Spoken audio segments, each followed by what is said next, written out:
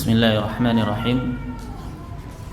Alhamdulillah hamdan katsiran thayyiban mubarakan fih kama yuhibbu rabbuna wa yarda. Wa ashhadu an la ilaha illallah wahdahu la syarika lah wa ashhadu anna Muhammadan abduhu wa rasuluh sallallahu alaihi wa ala alihi wa sahbihi wa sallama tasliman mazida. Thumma amma ba'd. Jamaah salat maghrib Masjid Al-Muttaqin dan majlis ta'lim Masjid Al-Muttaqin, wafaqani Allah wa iyyakum, yang semoga senantiasa diberi taufik oleh Allah Subhanahu wa taala untuk istiqamah di atas agamanya dan dimatikan dalam keadaan husnul khatimah.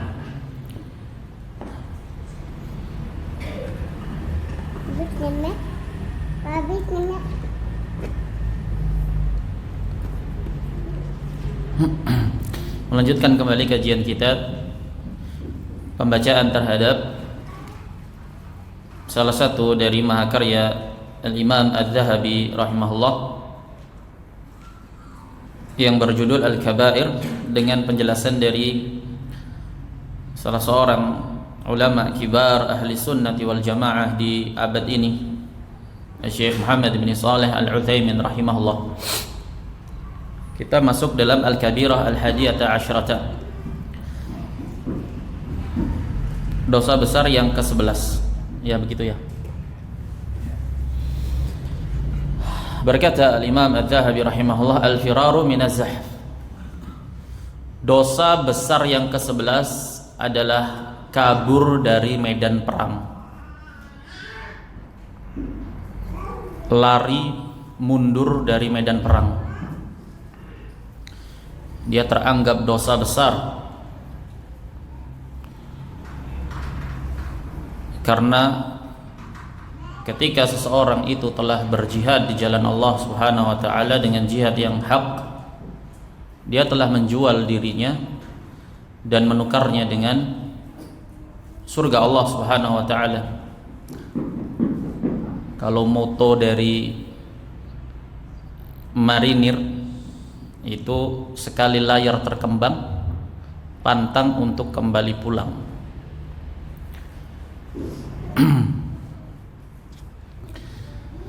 Begitu, sekali peperangan sudah dikobarkan, maka pantang untuk berbalik mundur.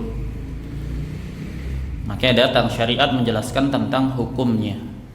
Mundur kabur dari medan perang ini termasuk dari dosa besar.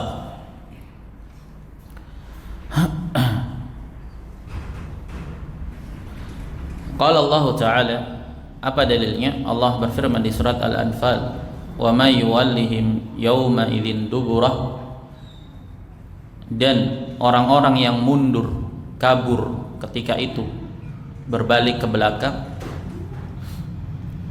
illa mutaharrifan liqitalin, kecuali mereka yang berbelok untuk suatu siasat perang, mundur karena suatu siasat, bukan kabur tapi strategi perang.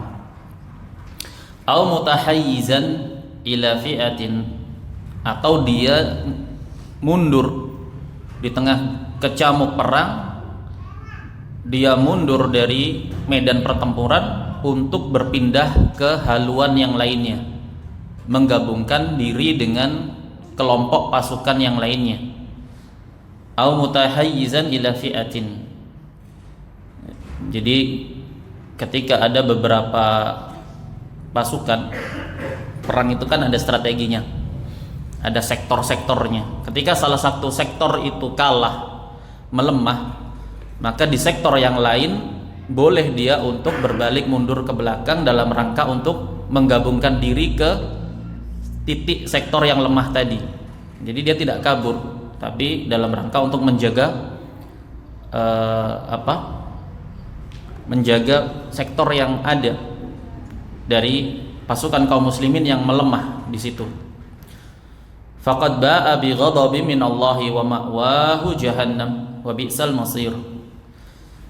Orang-orang yang kabur mundur ketika peperangan itu, maka sungguh dia telah mendapat kemurkaan dari Allah dan tempat kembalinya adalah jahannam, dan itu seburuk-buruk tempat kembali, dikecualikan dua tadi. Apabila seseorang itu mundur dari medan pertempuran untuk suatu siasat atau strategi perang, atau dia menggabungkan kepada pasukan yang lainnya.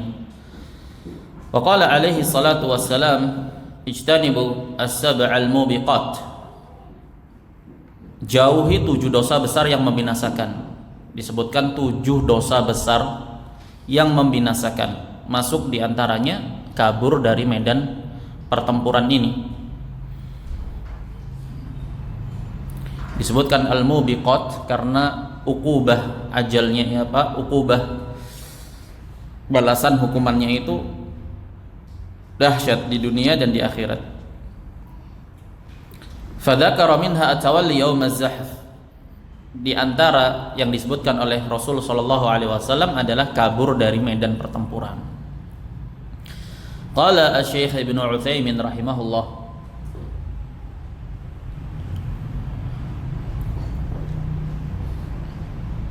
at-tawalli yaum az-zahf, at-tawalli an saffil qitali yaum az-zahf, yani yauma yazhaful muslimuna 'alal kuffar, di hari ketika kaum muslimin, pasukan kaum muslimin ini sedang terpojokkan, sedang mendapatkan tekanan yang besar dari kalangan kaum kafir.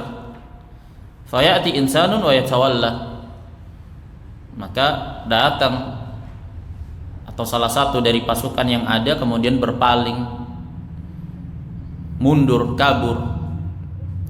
Fa inna hadza min kaba'irid dzunub, yang demikian itu termasuk dosa-dosa besar. Wa minas sab'i al-mubiqat, termasuk dosa besar yang 7 dosa besar yang membinasakan. Kenapa? Li'annahu yatadhammanu mafsadatain, karena tindakan dia itu menimbulkan 2 mafsadat yang besar. Al-mafsadatul ula, mafsadah yang pertama, kasru qulubil muslimin, mematahkan mentalitas kaum muslimin.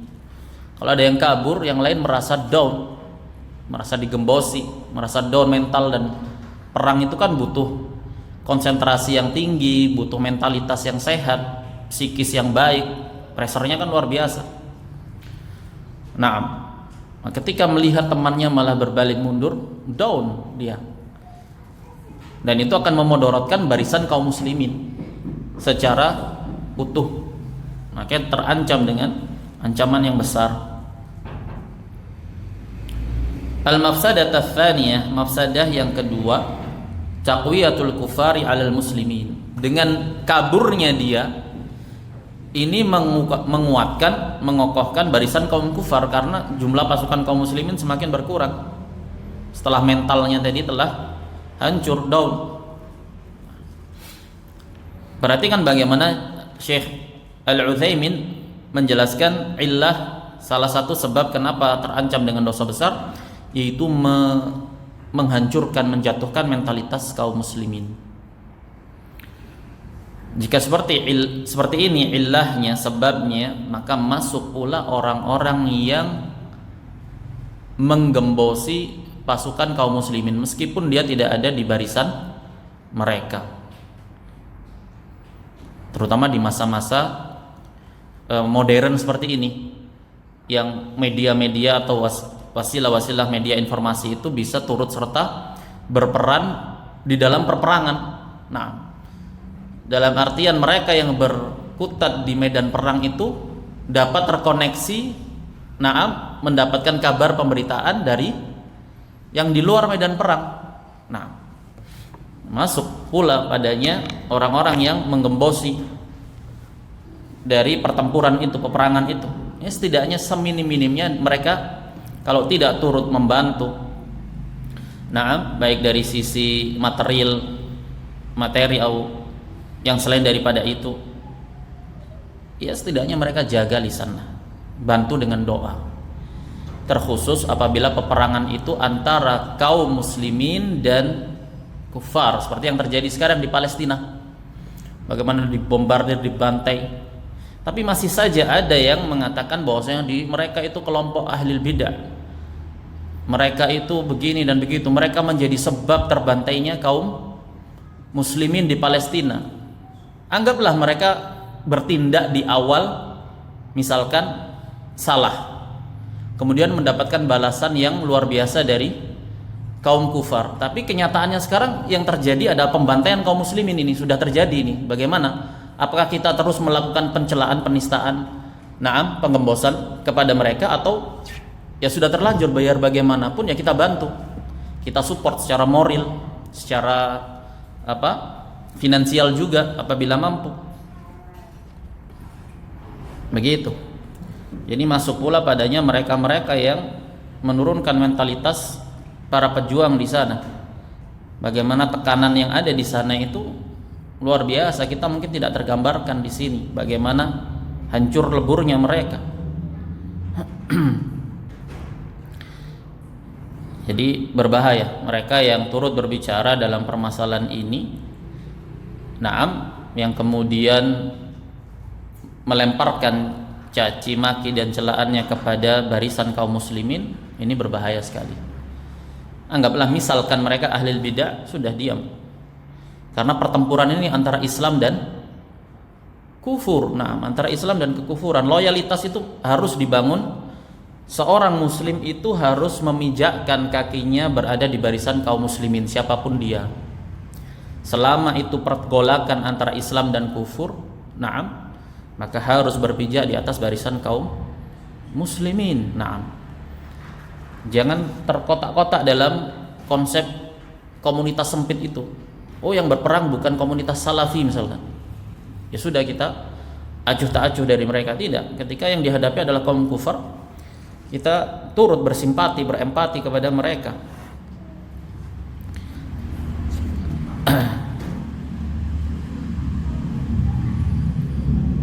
Al-mafsadah tsaniyah, menguatkan barisan kaum muslimin, menguatkan barisan kaum kufar. Idan hazama ba'duhum la syakka annahum sawfa yazdaduna quwwatan 'alal muslimin. Kalau terpukul mundur sebagian dari pasukan yang ada, tidak diragukan lagi bahwasanya mereka kaum kufar itu akan semakin kuat menghadapi kaum muslimin. Yakunu lahum bisababi dzalika nasyat, sehingga dengan yang demikian akan menyebabkan naiknya motivasi. Mentalitas motivasi itu kan berperan sekali. Ketika bangkit motivasi, dan downnya mentalitas itu sangat berpengaruh. Lakin Allah azza wa jalla istathna fil Qur'an. Faqala ta'ala wa may yuwallihim yawma idzin duburah illa mutaharrifan liqitalin aw mutahayyizan ila fi'atin faqad ba'a bighadabin min Allah. Dikecualikan itu tadi, mereka yang berbelok mundur ke belakang untuk suatu siasat atau menggabungkan diri ke sektor pasukan yang lainnya. Faman tawalla li hadainil amrayn mutahayyizan ila fi'atin, yakni bi an yuqala innal fi'atal fulaniyata qad hasaraha al-adu. Siapa yang berpaling karena dua sebab itu tadi yang dibolehkan, dia menggabungkan diri ke sektor pasukan yang lain, ya dari sisi bahwa pasukan yang ada itu telah terkepung oleh musuh. Wa khatara 'alaiha an yaktasihaha al-adu, dan sangat berbahaya untuk mereka dikuasai oleh musuh. Fansarafa li inqadhihim fahada la ba'sa bih. Maka apabila ada pasukan lain di sektor lain mundur dalam rangka untuk memberikan dukungan ke sektor yang lain, yang demikian tidak mengapa. Li'annahu intaqala ila ma huwa anfa, karena perpindahan pasukan itu, mundurnya itu kepada sesuatu yang lebih bermanfaat, itu menolong pasukan yang lainnya. Wa tsani, dan yang kedua, al-mutaharrif liqitalin wa huwa al-madhkuru awwala fil ayah, yaitu mereka yang mundur ke belakang untuk suatu siasat. Yani masalan insarafa li islahi silahihi aw irtida'i duru'i, misalkan mundur ke belakang untuk memperbaiki persenjataan, mengatur strategi kembali, nah, memeriksa kesiapan perang, nah, memperhatikan kepada alat-alat perang, baju perangnya, dan yang berkaitan dengan itu, maka yang demikian itu adalah kemaslahatan dalam peperangan. Fahadza la ba'sa bih, yang demikian tidak mengapa.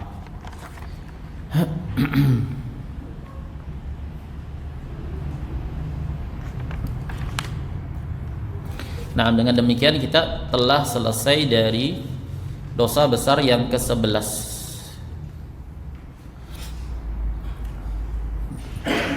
Sebagian orang mencela saudara-saudaranya dari kaum muslimin yang sedang berada dalam tekanan yang besar dari orang-orang kafir. Dengan entengnya mungkin, kenapa tidak hijrah saja? Hijrah kemana?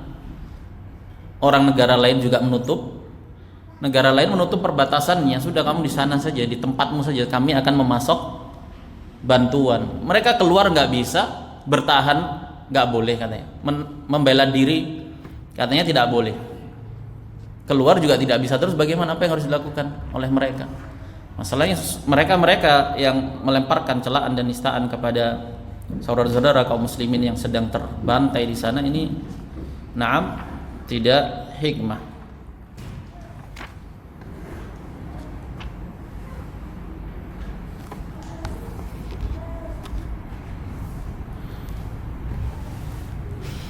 Dan sampai saat ini Palestina masih berada dalam pembantaian oleh Zionis.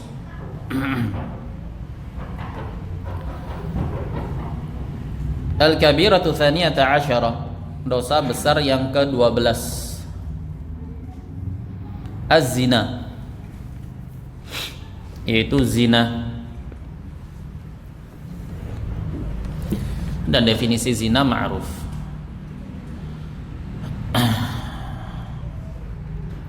yaitu persetubuhan tanpa adanya akad syar'i.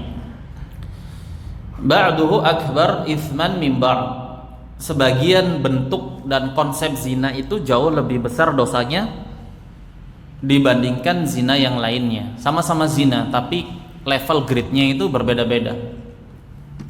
Semuanya dosa besar, tapi punya kadar tingkatan. Nah, sebagaimana nanti dijelaskan. Apa dalilnya bahwasanya zina itu termasuk dari dosa besar? Qala Allah Ta'ala, Allah berfirman, "Wala taqrabuz zina." Jangan kalian mendekati zina. Sekedar mendekati saja, menuju ke wasilah-wasilah yang dapat menghantarkan ke zina, itu tidak boleh. Berarti berzina sendiri jauh lebih tidak boleh. Innahu kana fahisyatan wa sa'a sabila. Sesungguhnya zina itu adalah perbuatan yang keji dan sejelek-jelek jalan. Wa qala ta'ala, walladzina la yad'una ma'allahi ilahan akhara wa la yaqtuluna an-nafsa allati harramallahu illa bil haqq wa la yaznun wa may yaf'al dzalika yalqa athama. Allah katakan, orang-orang yang tidak berdoa mempersekutukan Allah dengan sesembahan yang lainnya, dan orang-orang yang tidak membunuh jiwa yang diharamkan oleh Allah kecuali dengan hak, kecuali dengan alasan yang dibenarkan, wala yaznun, dan orang-orang yang tidak berzina, mereka inilah yang janjikan oleh Allah Subhanahu wa taala dengan pahala. Tapi siapa yang melakukan yang demikian, maka dia akan mendapatkan dosa. Lihat bagaimana diiringi, disebutkan secara bersamaan dosa syirik, membunuh, dan zina, menunjukkan berarti zina ini termasuk dari dosa besar. Wa qala ta'ala, az-zaniyatu waz-zani fajlidu kulla wahidin minhuma mi'ata jaldah. Pezina wanita dan pezina laki-laki, cambuklah masing-masing di antara keduanya 100 kali cambuk. Ini bagi yang belum menikah, bukan zina muhsan. Wala ta'khudkum bihi ra'fah, jangan kamu menaruh iba dan belas kasihan kepada keduanya. Hukuman Allah terapkan, syariat ya terapkan, tidak ada kasihan. Lihat bagaimana kisah taubatnya seorang pezina yang hamil datang kepada Rasul SAW, mengaku telah berzina, disuruh pulang oleh Rasul, suruh melahirkan dulu, datang kembali sudah melahirkan, disuruh untuk pulang lagi menyelesaikan susuannya, sampai disapih anaknya, datang kembali. Berarti kalau setelah disapih anaknya masih umur berapa itu kira-kira itu? Anggaplah 2 tahun, datang kembali membawa bayinya. Sudah selesai, saya sapi anak saya, sudah ditegakkan. Tidak lantas kemudian kasihan bayinya, terus gimana nanti cari ibunya?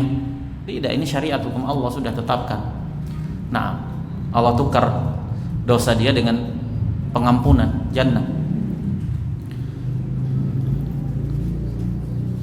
Wa qala az-zani la yankihu illa zaniyatan aw musyrikatan wa zaniyatu la yankihuha illa zanin aw musyrik wa hurrima dzalika 'alal mu'minin. Seorang pezina laki-laki tidak menikahi kecuali pezina wanita atau musyrikah. Begitu pula pezina wanita tidaklah menikahinya kecuali pezina laki-laki atau seorang musyrik. Wa hurrima dzalika 'alal mu'minin, dan yang demikian diharamkan bagi orang-orang mukmin.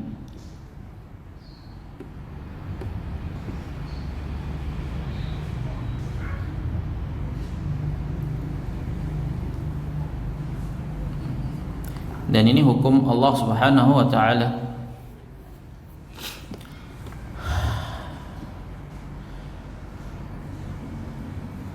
Permasalahan di sini hukum menikahi wanita pezina. Hukum menikahi wanita pezina sama saja berzina. Yang menikahi itu adalah lawan zinanya atau orang lain. Bagaimana hukumnya? Ada 2 pendapat dalam hal ini dari para imam yang 4 dari fuqaha al-madhab. Pendapat pertama, pendapatnya Abu Hanifah, Malik dan Syafi'i, jumhur fuqaha. Mereka berpendapat boleh. Mereka berpendapat makruh. Nah,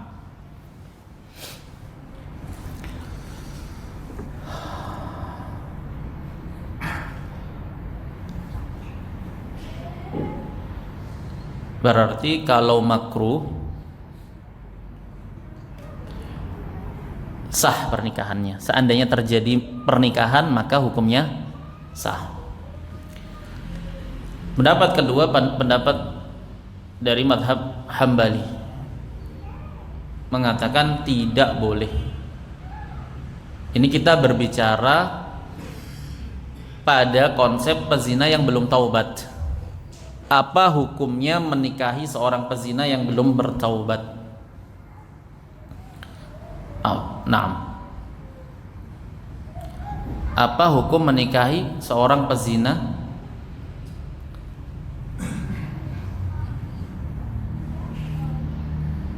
yang belum bertaubat? Jumhur tadi mengatakan makruh. Kalau Hanabilah dari mazhab Hambali haram, tidak boleh. Bermakna ketika terjadi maka fasid pernikahannya, tidak sah.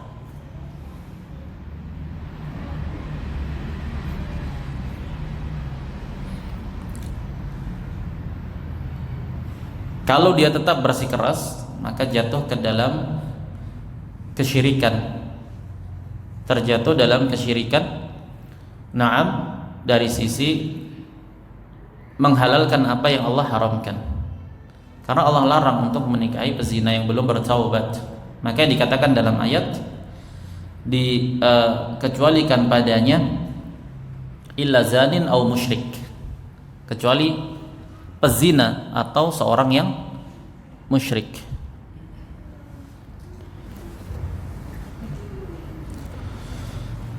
Hukum menikahi seorang wanita pezina yang telah bertaubat. Mazhab Hanabilah membolehkannya, Imam Ahmad bin Hanbal. Dan ini pilihan dari Syekhul Islam Ibnu Taimiyah dan Ibnul Qayyim, dan fatwa dari Hay'ah ulama besar di Saudi Arabia, Al-Lajnah Ad-Daimah, dan Syekh Al-Utsaimin sendiri. Naam, boleh menikahi wanita pezina dengan syarat apabila dia telah bertaubat dari zinanya. Sama saja pasangannya itu yang menikahi, pasangan zinanya yang menikahi atau orang lain, dengan syarat benar-benar dipastikan telah bertaubat. Sekarang permasalahan berikutnya, bagaimana konsep pernikahan tersebut? Dipersyaratkan pernikahan yang terjadi kepada pezina disyariatkan padanya dua perkara. Yang pertama, apabila wanita tersebut hamil,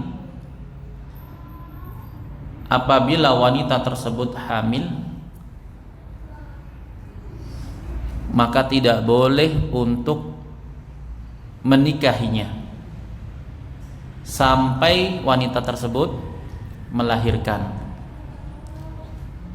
Apabila wanita tersebut tidak hamil, maka ditunggu sampai dia haid dan selesai dari haidnya sampai suci, baru boleh untuk dinikahi. Berdasarkan sabda Nabi SAW, la tuta hamil hatta tada, tidak boleh dinikahi seorang wanita yang hamil itu sampai dia melahirkan. Wala ghairu dzati hamlin hatta tahidha haidatan, dan tidak pula boleh seorang wanita yang tidak hamil dia dinikahi, dalam hal ini bahasanya pezina, sampai dia haid sekali haid. Wanita yang hamil yang rahimnya telah terisi itu saja tidak boleh untuk dinikahi, walaupun terjadinya percampuran, dikhawatirkan terjadinya percampuran sumbernya itu, sumber mata airnya itu kan ternafikan karena rahim sudah terisi. Kalau tercampur dengan sumber mata air yang lainnya, bisa jadi lagi tidak? Tidak bisa, karena sudah ada isinya di sana. Itu saja tidak boleh. Padahal sudah tertepiskan adanya kemungkinan nanti ini anak siapa ini, janin siapa ini, karena jelas wanita itu sudah hamil. Ya berarti ya dari yang telah menanam pada dia. Nah, itu saja tidak boleh. Lebih-lebih lagi kepada wanita yang tidak hamil. Begitu. Makanya dikatakan tidak boleh menikahi wanita yang pezina tadi yang tidak hamil sampai dia haid sekali haid. Ini hukumnya. Cuman yang terjadi di lapangan kan banyaknya, kalau sudah terjadi seperti itu kan kebanyakannya hamil dan menutup aib, untuk menutup aib.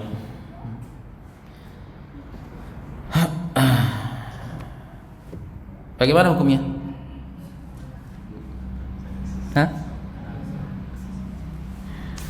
Bagaimana? Banyak nggak kasusnya ini? Banyak. Nah, sebagian berpendapat bahwasanya nikah saja dulu, karena hadisnya menunjukkan la tuta, tidak digauli, bukan tidak dinikahi bermakna nikah secara istilah ya, akad, bermakna akad.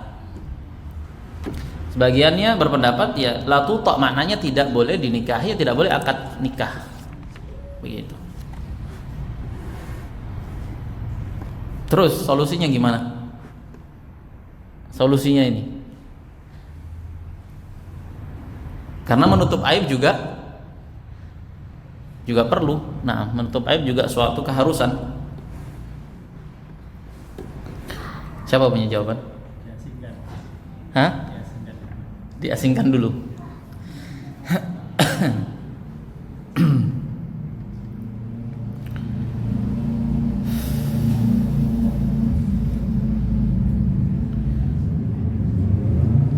Allah Ta'ala alam, yang zahir ya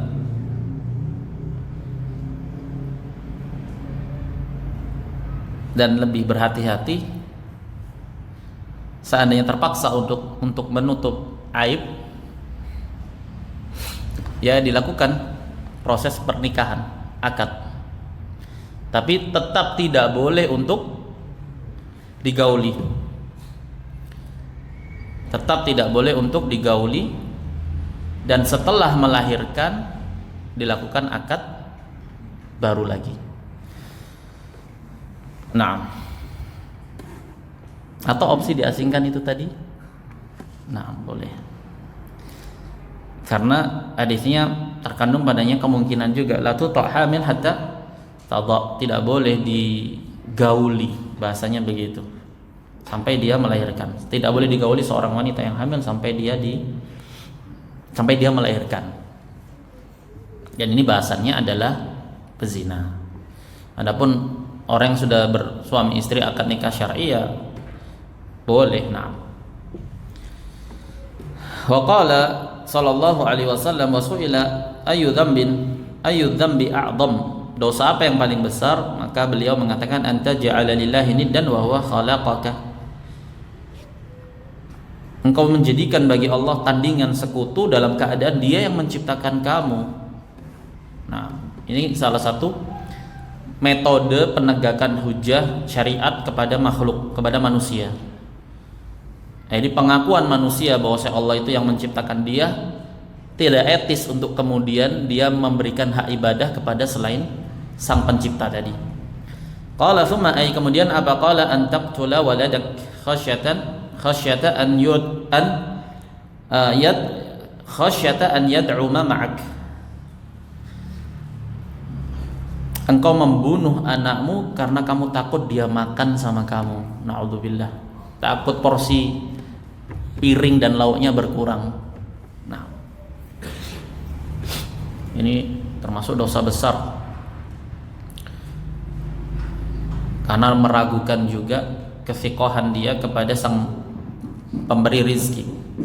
Qala thumma ay, kemudian apa? Qala an tuzani halilata jarik, engkau berzina dengan istri dari tetanggamu. Nah, ini termasuk dari dosa sebesar-besar dosa. Zina itu haram, tapi grade levelnya bertingkat-tingkat. Nah,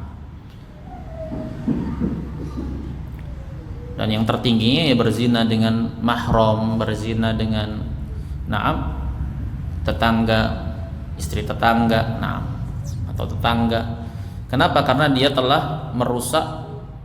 Yang pertama, dia terjatuh dalam perzinahan. Yang kedua, dia merusak haknya dari tetangga itu, memiliki hak dalam syariat.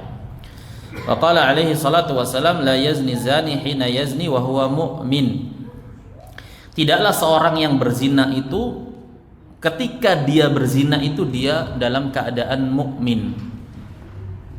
Mukmin di sini artinya adalah kamalul iman, tidak sempurna keimanannya, tidak sempurna keimanannya.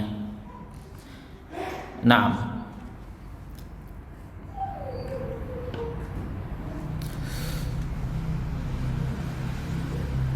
Wala yasrik as-sarik hina yasrik wa huwa mu'min, tidak pula seorang pencuri itu ketika dia mencuri itu dia dalam keadaan beriman. Maknanya imannya itu kurang, imannya kurang. Naam. Wala yashrabul khamra hina yashrabuha wa huwa mu'min, tidak pula seorang yang meminum khamr ketika dia meminum dalam keadaan dia itu mukmin. Dia lagi lagi down, lagi lemah imannya, tapi tidak membatalkan keimanan, tidak membatalkan keimanan. Berbeda dengan Khawarij yang mengkafirkan pelaku dosa besar, karena di sisi mereka keimanan itu sesuatu yang tidak terbagi-bagi. Jika ternafikan sebagiannya, maka ternafikan secara keseluruhan. Tapi di sisi ahli sunnah bahwasanya iman itu terbagi-bagi. Ada aslul iman, mutlak al-iman, aslul iman, iman yang ada secara asal, dasar, kadar yang paling minimal untuk seseorang dapat dikatakan sebagai seorang muslim.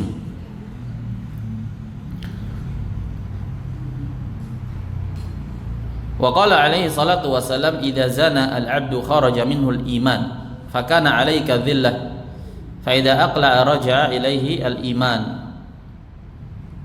Apabila seseorang itu berzina, maka iman keluar darinya, kesempurnaan iman, bukan aslul imannya, kecuali apabila dia halalkan perbuatan tersebut. Keluar seperti bayangan yang keluar. Naam.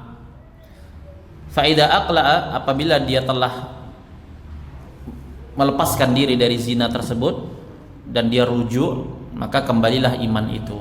Nah, menunjukkan akidah Ahlussunnah wal Jamaah bertingkat-tingkatnya keimanan. Jadi makna Islam dan iman dan tauhid ini apabila disebutkan secara berdiri sendiri, maka Islam itu iman, Muslim itu mukmin, Muslim itu muwahhid, mukmin itu muwahhid.